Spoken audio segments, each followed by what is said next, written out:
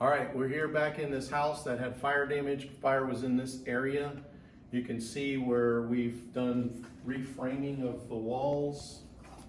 We've replaced the insulation on the outside. Over here, got new insulation, new furring strips. This was a burnout air conditioner unit right here, so got new air conditioner ductwork that's been installed. And the other video you saw, this was all just a black burnout husk of a room here.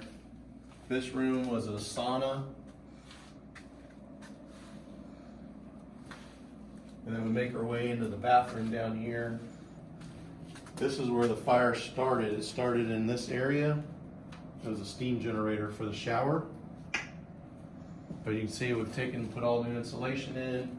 And in this area here, the whole roof was burnt away and completely gone. So it's all got new trusses, framing, sheathing, and we're in the middle of running the electrical. But we'll keep you updated with this job as we make progress on it.